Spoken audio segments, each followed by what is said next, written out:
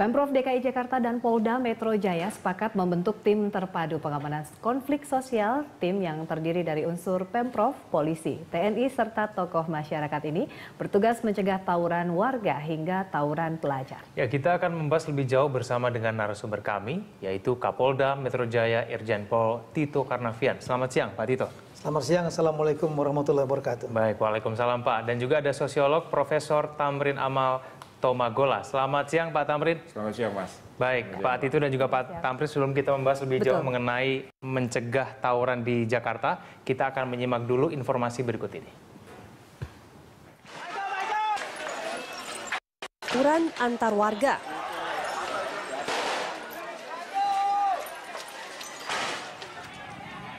Tawuran antar pelajar. Sepertinya telah menjadi peristiwa rutin di ibu kota.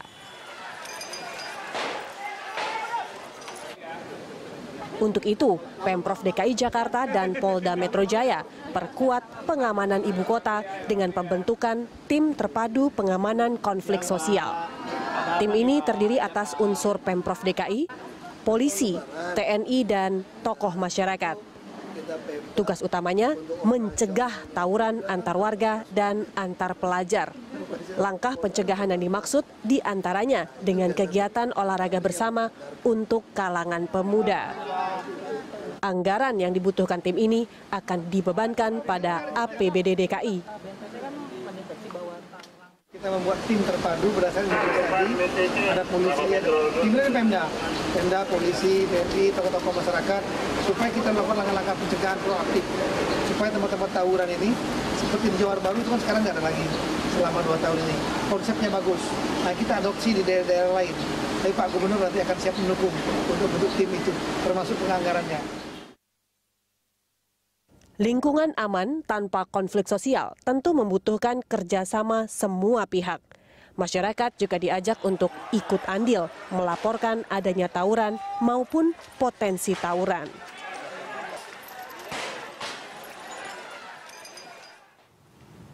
Ya, kita melanjutkan dialog. Ini ke Pak Tito dulu. Ya. Ini tim terpadu pengamanan konflik sosial. Apa urgensinya, Pak? Ya, jadi sebetulnya sudah ada Inpres nomor 1 tahun 2013, bulan Februari 2013, yang kemudian diperkuat dengan Inpres nomor 2 yang tadi, Inpres nomor 1 tahun 2014, tentang tim terpadu penanganan konflik sosial. Nah, ini sebetulnya adalah untuk mengatasi sejumlah konflik-konflik sosial pasca reformasi yang cukup berkembang. Ya. Kalau kita melihat dulu ada sedikit perubahan paradigma dengan adanya Inpres ini. Kalau pada awal reformasi, maka penanganan konflik sosial titik tumpunya lah pada kepolisian. Jadi Polri diharapkan mampu menangani semua konflik-konflik ideologi, politik, ekonomi, sosial, budaya, dan lain-lain. Ya. Namun dalam praktek, kita melihat bahwa konflik-konflik ini masih sering terjadi. Ada beberapa keterbatasan kepolisian. Kepolisian untuk penghentian kekerasan mungkin akan mampu.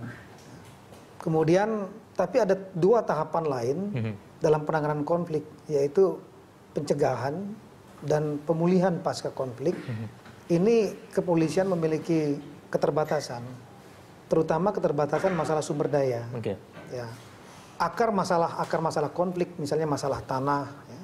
Kemudian sengketa masalah ideologi, katakanlah kelompok minoritas yang seperti peristiwa Cekesik dan lain-lain. Ini melibatkan stakeholder lain, akar masalahnya itu di luar kemampuan kepolisian. Nah, kemudian permasalahan untuk pemulihan pasca konflik, ada rumah yang terbakar, ada korban yang meninggal dunia, misalnya, yang apalagi jumlahnya besar. Ini juga memerlukan penanganan tersendiri, memerlukan sumber daya tersendiri, anggaran tersendiri, bangun rekonstruksi rumah, kemudian merehabilitasi yang pasca trauma konflik. Ini Polri juga tidak memiliki kemampuan yang cukup untuk sumber daya itu. Oleh karena itu terjadi pergeseran paradigma yang semula leading sektornya adalah kepolisian secara keseluruhan dialihkan kepada kepala daerah. Nah, sehingga dalam ini karena kepala daerah memiliki sumber daya besar, sehingga diharapkan dengan instruksi Presiden saat itu dibentuk tim di tingkat nasional, di tingkat provinsi, dan tingkat kabupaten kota. Tujuannya adalah tim ini dapat benar-benar secara komprehensif menangani suatu konflik sosial. Nah, tim ini dibagi menjadi 3. Yang pertama adalah tim untuk melakukan pencegahan. Pencegahan ini dilakukan 24/7 ya. Jadi terus-menerus sepanjang waktu. Caranya dengan melakukan pemetaan dulu. Dipetakan dulu potensi-potensi konflik tiap-tiap wilayah. Kemudian akar masalahnya apa. Setelah itu digarap akar masalah ini supaya mereka tidak meledak. Itu yang pertama. Kemudian ini pekerjaan yang terus-menerus ya. Dan memerlukan biaya yang cukup serta melibatkan banyak stakeholder. Kalau masalahnya tanah otomatis harus ada BPN, masalah ulayat seperti di Papua harus melibatkan tokoh-tokoh ketua suku dan seterusnya. Nah, kemudian yang kedua adalah tim untuk penghentian kekerasan. Ini tujuannya begitu konflik kalau sudah terjadi nggak bisa dicegah, maka tim ini bergerak dengan cepat. Ini harus melakukan pelatihan-pelatihan yang melibatkan unsur-unsur terkait, bukan hanya Polri, TNI, Satpol PP, tokoh-tokoh masyarakat, lain-lain. Sehingga setiap ada penghentian dapat dengan cepat dihentikan. Jangan sampai berlarut-larut seperti kasus Ambo dan Pusu sampai bertahun-tahun ya. Kemudian yang ketiga adalah begitu selesai konflik kemungkinan ada korban luka, ada yang rumah yang terbakar, fasilitas yang rusak, kemudian pertikaian dendam masih terjadi, maka dibentuk lagi subtim 3, yaitu subtim pertama lah subtim untuk melakukan rekonsiliasi, menyelesaikan, memediasi, mendamaikan pihak-pihak yang bertikai. Baik, tampaknya ini timnya udah banyak sekali ya, udah siap sekali untuk mengatasi. Diversifikasi tugas yang begitu jelas dan detail tadi Pak Tito katakan ya. Betul. Saya ke Pak Tamrin dulu. Pak Tamrin, kalau menurut Anda kita melihat bahwa di Jakarta ini kan terdiri dari begitu banyak lapisan masyarakat. Menurut Anda dengan pembentukan tim untuk mengatasi konflik sosial ini, apakah cukup efektif Pak untuk mengatasi konflik sosial yang terjadi?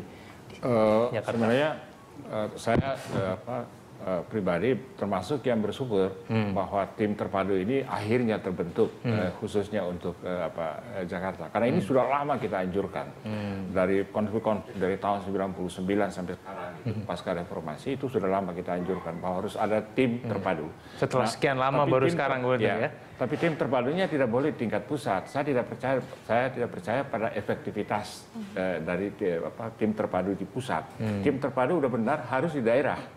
Nah, jadi kalau Jakarta itu DKI itu menginisiasi dan memelopori pembentukan tim terpadu ini saya kira sudah bagus.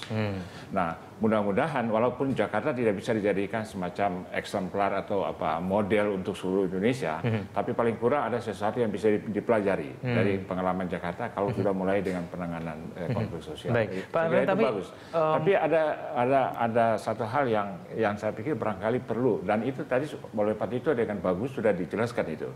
Dari tahap pencegahan, kemudian tahap penindakan dan tahap pemulihan. Nah, saya ingin menekankan yang tahap yang pencegahan itu, karena ya sampai sekarang ini saya kira termasuk DKI belum punya satu peta lengkap dari satu misalnya kelompok-kelompok dari etis-etis yang berwatak temperamen keras. Mereka itu tinggal di mana aja itu. Orang Madura di mana, orang Banten di mana, yang berebut usaha-usaha parkir lah, usaha-usaha rakyat kecil itu. Nah, itu saya kira pemetaan tempat tinggal mereka perlu sekali. Itu satu. Kemudian yang kedua, sebenarnya sudah dilakukan oleh UGM Pak Tito. Kalau Pak Tito bisa punya akses ke UGM, itu ada satu pemetaan tawuran pelajar di Jakarta secara komprehensif. Jadi mereka tahu di mana itu STM dan SMA yang sering berantem. Di Salemba dan di STM penerbangan di Kebayoran. Nah, itu mereka udah punya peta, dan kemudian mereka punya penjelasan yang sangat komprehensif bahwa sebenarnya kadang-kadang tawuran pelajar itu terjadi antara mereka yang tinggal di daerah kumuh, yang sekolahnya tinggal di daerah kumuh, anak-anak STM banyak itu, dan anak-anak SMA yang pergi sekolahnya naik mobil pribadi. Jadi ada kecemburuan sosial. Saya ingin tanya, Pak, sebetulnya kalau menurut Anda ini konflik sosial yang terjadi di Jakarta ini lebih disebabkan karena apa? Karena ada pembagian kampung-kampung yang tergantung pada suku-suku tertentu kah? Atau apa sebetulnya penyebab kenapa konflik sosial di Jakarta ini begitu ramai? Sebenarnya dalam masalah-masalah sosial kita tidak bisa menunjuk satu sebab pokok. Sukar sekali karena itu dia seperti kulit bawang gitu. Dia bertumpuk-tumpuk. Nah, itu harus dikelupas satu-satu. Kemudian kita menemukan inti masalah yang tadi oleh Pak Tito sudah bagus dikatakan bahwa sebenarnya masalah-masalah sosial ekonomi itu inti masalahnya. Kalau dikelupas itu bawang itu. Nah, jadi kalau mau menunjuk sebab, saya pikir itu perlu suatu kajian yang cukup mendalam. Nah, saya pernah usul bahwa tim terpadu itu sebaiknya juga melibatkan peneliti-peneliti dari LIPI dan universitas lokal. Nah, mereka itu yang bikin pemetaan dan kajian komprehensif tentang asal muasal ini, sebab musababnya ini apa ini. Nah, kalau sudah dapat baru dikasih ke pemerintah termasuk polisi. Pak Tito, apakah tim terpadu ini sudah juga berdiskusi dengan pengamat atau juga tokoh-tokoh begitu Pak? Ini terkait dari penelitian yang ada. Iya, nanti bagian dari itu. Ini kan baru kita lemparan kemarin pertemuan dengan Pak Gubernur. Di wilayah lain, sebetulnya adalah instruksi nasional nih, Presiden 2013-2014. Di wilayah lain sebetulnya sudah banyak terbentuk. Saya sebagai Kapolda Papua saat itu, di Polres, di tingkat kabupaten, kota itu sudah terbentuk. Yang melibatkan. Dan itu ingat, kita kan pernah sama-sama di hari ulang tahun Polri, 1 Juli itu, dengan waktu itu Kapolrinya masih Pak Timur Pradoko. Nah, kan kita sama-sama di atas itu, kita bahas hal yang sama. Konflik ini. Konflik sosial. Ya, ada 4 orang, termasuk Pak Tito, saya, dan kemudian Ajumardi Azra, kalau tidak salah, dengan Tubagus Roni Rahman. Kita bicara konflik ini. Nah, tapi pada saat itu, skopnya itu masih skop nasional. Tapi sekarang kalau Pak Tito bertugas di Jakarta dan mulai menginisiasi di Jakarta, saya kira itu bagus. Cocok gitu ya. Jadi saya melihat bahwa sebetulnya daerah lain sudah banyak terbentuk. Saya datang masuk ke Jakarta, saya melihat bahwa di Jakarta kenapa belum terbentuk. Paling sangat efektif. Seperti misalnya, saya sependapat dengan beliau tadi, Pak Tamrin tadi, bahwa ini sebetulnya dari bawah. Jadi bertingkat ke atas. Di tingkat desa, tingkat kampung, itu kan ada Babin Kamtipmas, ada Lurah, ada Babinsa, ada tokoh-tokoh masyarakat. Nah, mereka yang mulai melakukan pemetaan pertama. Jadi saya sudah menginstruksikan ini. Besok hari Sabtu juga saya akan kumpulkan seluruh Babin Kamtipmas. Jadi petakan dari situ. Sebetulnya mereka bisa memetakan. Mereka tahu persis. Ini daerah yang potensi konflik tawuran pelajar ini antara ini sama ini. Kemudian yang antar kampung ini sama ini. Konflik masalah ideologi karena kelompok minoritas di sana ada di situ. Dia tahu. Nah, saya perintahkan mereka untuk membuat kolom yang sangat singkat saja. Nomor, kemudian potensi konflik, daerah konflik. Akar masalah konflik, solusinya. Nah, kalau seandainya mereka bisa selesaikan oleh mereka, dibuat buku ini, kemudian didiskusikan kepada Kapolsek. Kapolsek kumpulkan seluruh Babin Kamtipmas. Kapolsek ini dengan kecamatan nih. Dia kumpulkan, diskusikan mana yang Anda bisa selesaikan Babin Kamtipmas dengan tingkat ke desa Anda, dan mana yang Anda nggak bisa.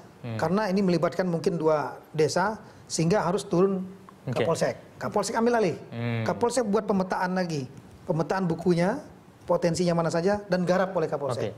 Kapolsek tidak mampu, ada mungkin melibatkan 2 kampung, 2 kecamatan, seperti misalnya yang di Manggarai, gitu ya. Nah, ini diangkat oleh Kapolres. Kapolresnya yang buat buku.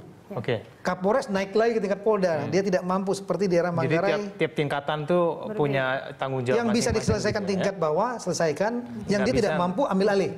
Tingkat atas dan seterusnya. Tapi penanganan Jadi kunci utama daripada tim ini sebenarnya langkah proaktif. Baik, Pak Tito, penanganan konflik di Jakarta dengan daerah itu bedanya apa, Pak?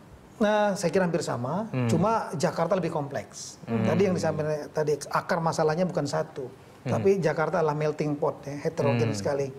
Bisa ideologi, politik, ekonomi, sosial, budaya, semua bertumpuk di sini. Kita lihat sini yang ringan-ringan ya. Antar kampung itu menurut saya adalah bagian yang paling ringan. Ya, paling ringan itu justru. Perkelahian pelajar itu masih ringan. Tapi kita pernah mengalami peristiwa 98. Betul. Apakah kita memiliki sistem untuk penanganan konflik yang tingkat skala nasional seperti itu? Harus ada Sisfam kota. Kita harus memiliki sistem pengamanan kota yang kita bisa integrasikan antara semua stakeholder yang terkait, mulai dari tingkat